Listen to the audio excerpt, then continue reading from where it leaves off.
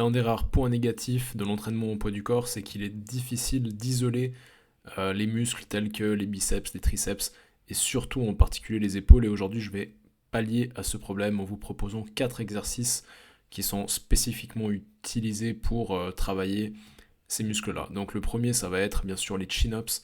Vous voyez que là, mon corps est légèrement incliné vers l'arrière pour accentuer le travail au niveau des biceps.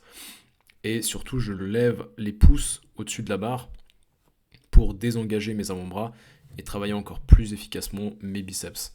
Je poursuis avec un exercice d'épaule, selon moi l'exercice le plus important pour les épaules lorsqu'il s'agit de travailler au poids du corps, et ça va être les handstand push-ups. Là, je pratique des handstand push-ups complètes. Je pourrais les faire sans le support, mais je ne suis pas encore avancé. Je ne suis pas encore suffisamment avancé à ce niveau-là pour pouvoir les faire sans le support.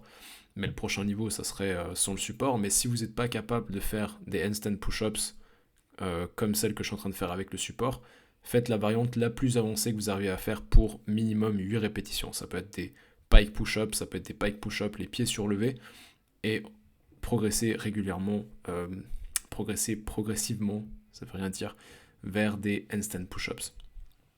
Ensuite, là, ça va être des commando pull-ups. Alors, là, vous voyez que mon amplitude, elle n'est pas complète, et la raison pour laquelle je ne descends pas complètement, c'est pour ne pas engager le biceps et pour garder le travail au niveau de mon brachial, donc le muscle qui est sur le côté du bras.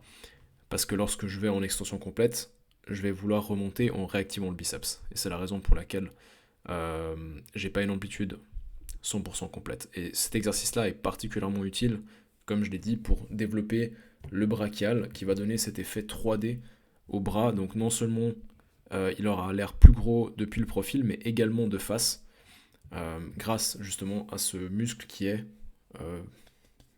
ressort de côté. Et finalement, quatrième et dernier exercice, selon moi, qui fait partie de la liste des 4 exercices indispensables pour développer vos bras et vos épaules, ça va être les dips, bien sûr.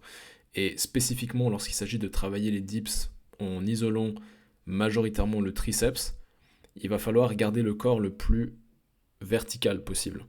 Parce que si on se penche trop en avant, on va plus activer les pecs et moins activer les triceps. Donc, ça, ce sont 4 exercices, bien sûr, il y en a d'autres, mais ces 4 exercices-là vont permettre de travailler efficacement les biceps, les triceps et les épaules. Et en plus de ça, vous allez me dire, oui, mais il n'y a qu'un seul exercice épaules. Effectivement, mais il faut quand même garder en tête que les 2 exercices de tirage vont développer l'arrière d'épaule et que les dips vont développer l'avant des épaules.